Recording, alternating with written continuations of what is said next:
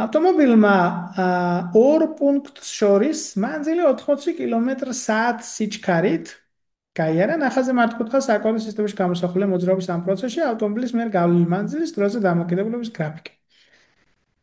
გრაფიკის ერთი ბოლო კოორდინატა სათავეს ემთხვევა, მეორე მოკლედ არის ესა. ქვემოთ ჩამოთქვა, რომელიც შეიძლება იყოს A წერტილის კოორდინატი. ოკეი, 80 კმ/სთ ნიშნავს, რომ 80 კმ გაიარა ავტომობილმა 60 წუთში. ნოლებს თუ მოვხსნით, თავის მხრივ ეს ნიშნავს, რომ 8 კმ გაიარა 6 წუთში და კიდევ თუ შევკვეცავთ 2-ზე, ეს ნიშნავს, რომ 4 კმ გაიარა 3 წუთში.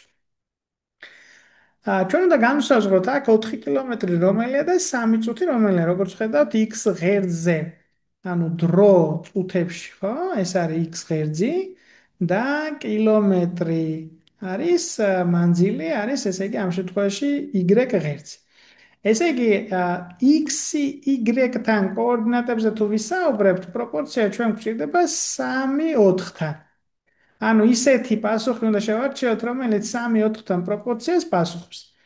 აი რომ გავამარტივებთ, ან რომ გავზრდით ამას, ხო? მაგალითად 2-ზე რომ გავამრავლოთ, უნდა იყოს 6:8-თან, 3-ზე რომ გავამრავლოთ, უნდა იყოს 9:12-თან, 4-ზე რომ გავამრავლოთ, უნდა იყოს 12:16-თან, 5-ზე თუ გავამრავლოთ, უნდა იყოს 15:20-თან.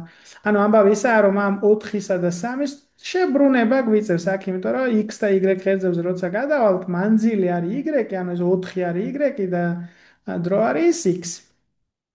ამიტომ ხედავთ, რომ დეპასუხში გვაქვს მოცემული შესაბამისი აწერტილი 12:16-თან, რაც შეესაბამება ამ ამოცანის ლოგიკას 12 წუთში ავტომობილს 16 კმ-ის გავლა შეეძლო აი ამ სიჩქარით.